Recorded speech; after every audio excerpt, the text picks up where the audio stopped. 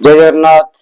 मु सत्यनारायण पंडा आपण मानक मोर यूट्यूब चैनल भावातीतम को स्वागत करुच्ची।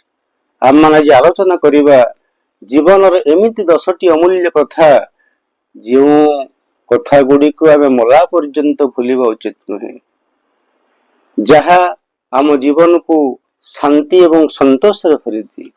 सज्जन प्रथम रे समय एवं स्वास्थ्यर मूल्य को आमे भूलिबा उचित नुहे।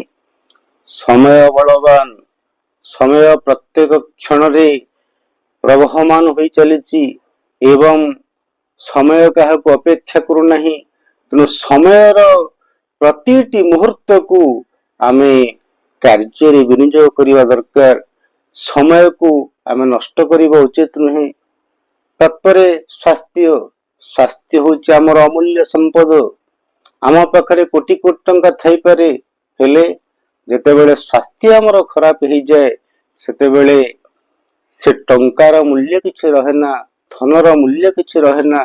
आम भीतर अनेक लोक अछंती जो माने समय को नष्ट करि चलिचंती, निजर स्वास्थ्य को नष्ट करूचंती। सज्जन आमे समय एवं स्वास्थ्यर मूल्य को कदापि भूलिबा उचित नुहे। द्वितीय रे उपकार प्रति उपकार को आमे भूलिबा उचित नुहे। आम पई जे दिन उपकार करिछि निश्चित रूपे तार प्रति उपकार हमें करिबा उचित।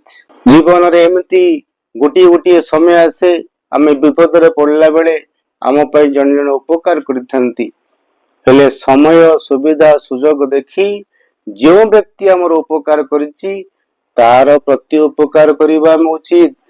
सज्जन सेदिन हनुमान लंका कटकरू फेरी आसिला परे भगवान रामचंद्र आगे जितेबाला सीता ठाव विषय वर्णना कले एवं मन दुखरे हनुमान जो कहले, हनुमंत तमे मो पई जो उपकार करिच से उपकार प्रति उपकार मु कौन करिबे चिंता करि पारु नाही।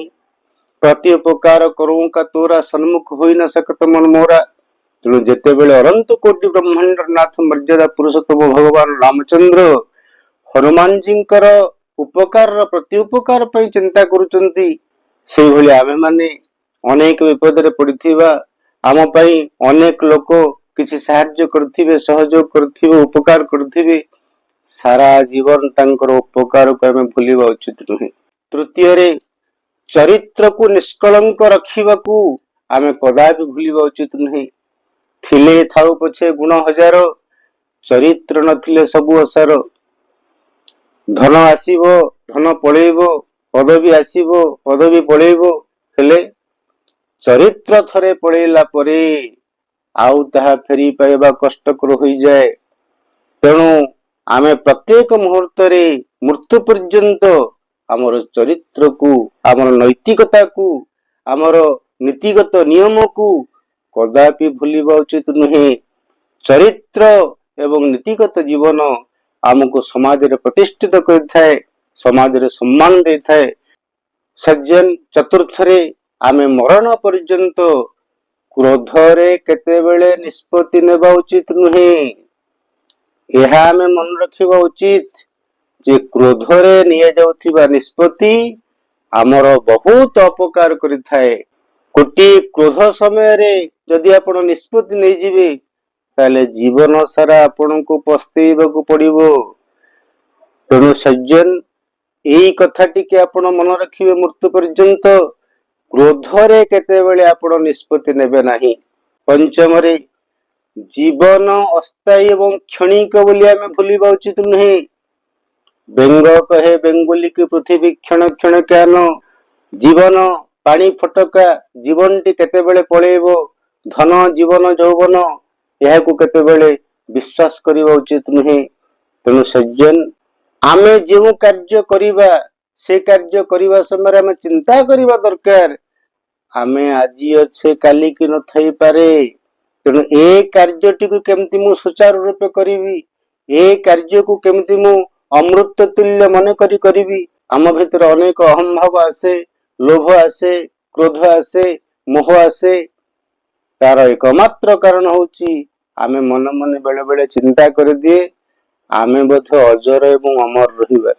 जदि आमे मन भितर सदा बेले रखिबा ଯେ ଜୀବନ କ୍ଷଣିକ, ଜୀବନ ଅସ୍ଥାୟୀ, ଜୀବନ କେତେବେଳେ ପଳେଇବ ଆମେ ଜାଣିପାରିବାନି। ତାହେଲେ ଆମ ଭିତରୁ ଅହଂ ଭାବ ତୁଟିଯିବ, ଆମ ଭିତରୁ କ୍ରୋଧ, ଲୋଭ, ମୋହ ଇତ୍ୟାଦି ଦୂରୀଭୂତ ହେଇଯିବ ଏବଂ ପ୍ରତ୍ୟେକ କାର୍ଯ୍ୟକୁ ଆମେ ନିଶ୍ଚିତ ରୂପେ ଅମୃତ ସ୍ପର୍ଶ ଦେଇ କରିବାକୁ ଚେଷ୍ଟା କରିବା। ତେଣୁ ଜୀବନ ଅସ୍ଥାୟୀ ଓ କ୍ଷଣିକ ବୋଲି ଆମେ ମୃତ୍ୟୁ ପର୍ଯ୍ୟନ୍ତ ଭୁଲିବା ଉଚିତ ନୁହେଁ। ସଜ୍ଜନ 6 ନମ୍ବରରେ କର୍ମ କରନ୍ତୁ କିନ୍ତୁ ଫଳର ଆଶା ଅଧିକ ରଖନ୍ତୁ ନାହିଁ। କର୍ମଣ୍ୟ ବାଧିକାରସ୍ତେ ମା ଫଳେଷୁ କଦାଚନମ ମା କର୍ମଂ ଫଳ ହେତୁ ହୁମାତେ ସଂଗସ୍ତ କର୍ମଣି। ଯୋଗେଶ୍ୱର କୃଷ୍ଣ ଅର୍ଜୁନଙ୍କୁ କହିଲେ କର୍ମ କରିବା ପାଇଁ ଆମେ ମାନେ ବାଧ୍ୟ, କିନ୍ତୁ କର୍ମର ଫଳ ଆମ ଉପରେ ନିହିତ ନଥାଏ। କର୍ମର ଫଳ ଈଶ୍ୱର ଦିଅନ୍ତି। ଆମେ ଯଦି ଉପଯୁକ୍ତ କର୍ମ କରିଥିବା ତେବେ ଉପଯୁକ୍ତ ପରିଶ୍ରମର ଫଳ କଦାପି ବ୍ୟର୍ଥ ଯିବ ନାହିଁ। ବେଳେ ବେଳେ ଆମେ କର୍ମ କରିବା ଠାରୁ ଫଳର ଆଶା ଟିକେ ଅଧିକ କରିଦେଉ ସଜ୍ଜନ। ଯେଉଁ ଫଳର ଆଶା ଅଧିକ କରୁ ସେ ଫଳ ଯଦି ଆମକୁ ନ ମିଳେ ଆମ ଭିତରେ ଡିପ୍ରେସନ ଆରାଇଜ କରେ, ଆମ ଭିତରେ ଆଂଜାଇଟି ଆରାଇଜ କରେ। ତେଣୁ ଆମେ ସମର୍ପଣ ଭାବ ରଖି ଆମେ ଯଦି ଉପଯୁକ୍ତ କର୍ମ କରିଚାଲିବା ତେବେ ଫଳ ଆମକୁ ନିଶ୍ଚିତ ମିଳିବ। ତେଣୁ ଏଇ ମହାନ କଥା, ପରିଶ୍ରମ କରିବା କିନ୍ତୁ ଫଳର ଆଶାକୁ ଅଧିକ ରଖିବା ଉଚିତ ନୁହେଁ। ଉପଯୁକ୍ତ ପରିଶ୍ରମ କଲେ ଈଶ୍ୱର ନିଶ୍ଚିତ ଆମ ଉପଯୁକ୍ତ ପରିଶ୍ରମର ଫଳ ପ୍ରଦାନ କରିବେ। ଏହି ଅମୂଲ୍ୟ କଥାକୁ ଆମେ ମଲା ପର୍ଯ୍ୟନ୍ତ ଭୁଲିବା ଉଚିତ ନୁହେଁ। ସଜ୍ଜନ 7ମରେ ସମ୍ପର୍କକୁ ଧନ ଠାରୁ ଅଧିକ ମୂଲ୍ୟ ଦେବା ଉଚିତ। ଧନ ଆଜି ଅଛି କାଲି ଆମ ପାଖରେ ନଥିବ, ବା ଆଜି ନାହିଁ କାଲି ଆମ ପାଖକୁ ପଳେଇ ଆସିଥିବ, କିନ୍ତୁ ସମ୍ପର୍କ ଗୋଟିଏ ଏମିତି ଜିନିଷ ଯାହା ଥରେ ତୁଟି ଗଲା ପରେ ତାହା ଆଉ ଯୋଡି ହୁଏ ନାହିଁ ସଜ୍ଜନ। ତେଣୁ ଧନ ଠାରୁ ସମ୍ପର୍କକୁ ଅଧିକ ମନେ କରିବା ଉଚିତ ଏବଂ ଯେଉଁ ଉତ୍ତମ ସମ୍ପର୍କ ଆମ ଭିତରେ ଗଢି ଉଠିଛି ସେ ଉତ୍ତମ ସମ୍ପର୍କ କେମିତି ସଦାବେଳେ ବଜାୟ ରହିବ ସେଥିପ୍ରତି ସଦା ସର୍ବଦା ଆମେ ଚେଷ୍ଟିତ ରହିବା ଉଚିତ। ଧନ ନାହିଁ, ଧନ ଆସିବ, କିନ୍ତୁ ସମ୍ପର୍କ ଥରେ ପଳେଇଲା ପରେ ଆଉ ଯୋଡିବା କଷ୍ଟକର ହେଇଯିବ ସଜ୍ଜନ। ଏହି ଅମୂଲ୍ୟ କଥାଟିକି ଆମେ ସାରା ଜୀବନ ମନେ ରଖି ସମ୍ପର୍କକୁ ଗଢିବା ଉଚିତ। ସଜ୍ଜନ 8 ନମ୍ବରରେ ପ୍ରତିଦିନ କିଛି ଶିଖିବାକୁ ଆମେ ଭୁଲିବା ଉଚିତ ନୁହେଁ। ସନାତନ ଧର୍ମରେ ଅଧ୍ୟୟନ ଏବଂ ଅଧ୍ୟାପନା ଅତ୍ୟନ୍ତ ଗୁରୁତ୍ୱପୂର୍ଣ୍ଣ।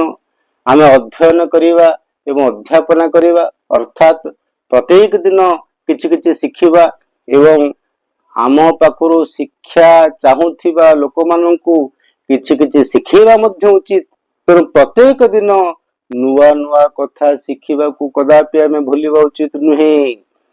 ଏହି ଅମୂଲ୍ୟ କଥାଟିକୁ ଆମେ ମୃତ୍ୟୁ ପର୍ଯ୍ୟନ୍ତ ମନେ ରଖିବା ଯେ ପ୍ରତିଦିନ କିଛି ନା କିଛି ନୂଆ କଥା ଆମେ ଶିଖିବା।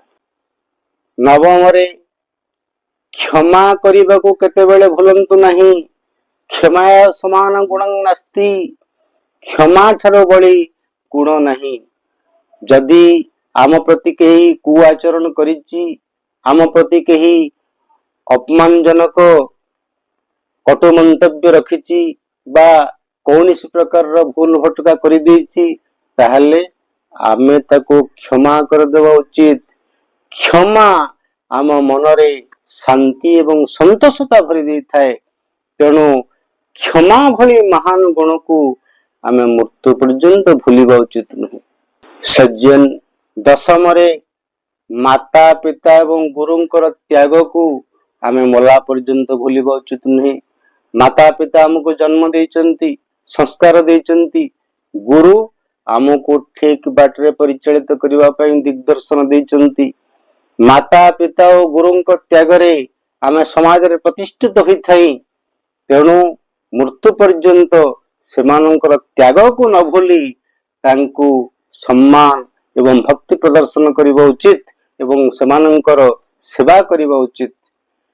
ସେମାନଙ୍କର ଆଶୀର୍ବାଦରେ ଆମ ଜୀବନରେ ଉତ୍ତରୋତ୍ତର ଉନ୍ନତି ହେବ, ଏକଥା ସଦାବେଳେ ମନ ଭିତରେ ରଖିବା ଉଚିତ। ଏହି 10ଟି ଅମୂଲ୍ୟ କଥାକୁ ଯଦି ଆମେ ମନ ଭିତରେ ରଖିବା ଏବଂ ସେହି ଅନୁସାରେ କାର୍ଯ୍ୟ କରିବା, ବ୍ୟବହାର କରିବା, ତେବେ ଆମ ଜୀବନରେ ଶାନ୍ତି ଭରିଯିବ, आम जीवन रे संतोषता भरी जीव एवं आम जीवन सरस सुंदर एवं सुखमय हो। सर्वशेष प्रभु श्री जगन्नाथ जगन्नाथ पाद पदार बिंद निजक समर्पण करी तांकर आशीर्वाद कामना करी आज अध्याय को इट रखिबा।